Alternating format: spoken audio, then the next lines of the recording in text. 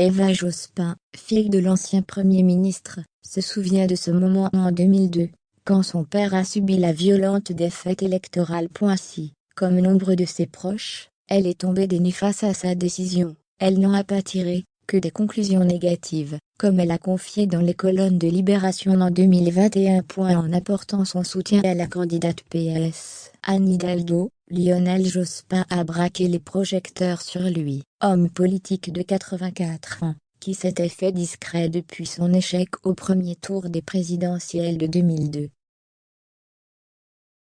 Celui qui était jusqu'à mars 2019 membre du Conseil constitutionnel observe, avec son expérience, la vie politique française, et peut passer plus de temps avec ses proches, notamment ses deux enfants, nés de son premier mariage avec Elisabeth Danan-Mullet. Hugo, né en 1973, et Eva, en 1975, il est depuis 1994 marié à la philosophe Sylvia Nagasaski. Eva Jospin a fait l'objet d'un portrait dans Libération l'an dernier, afin de parler de son travail d'artiste, et, inévitablement, de son père. Plasticienne, la fille de l'ancien Premier ministre, s'accomplit dans le milieu de l'art, et exposait jusqu'au 20 mars 2022 au musée de la Chasse et de la Nature de Paris. Être artiste, quand on est fille de politicien, une équation compliquée. Ma mère, qui m'a toujours témoigné une grande sollicitude, est quelqu'un de drôle, qui m'a en outre inculqué un rapport extrêmement sain à la féminité, dit-elle dans un premier temps dans Libération. Quant à mon père, bien moins rigide qu'on a pu l'affirmer, c'est un homme exceptionnel, très juste, qui n'a jamais interféré dans mes choix. Nos intérêts communs passant aussi par bon nombre de livres, de films ou de pièces de théâtre, ajoute-t-elle à propos de Lionel Jospin.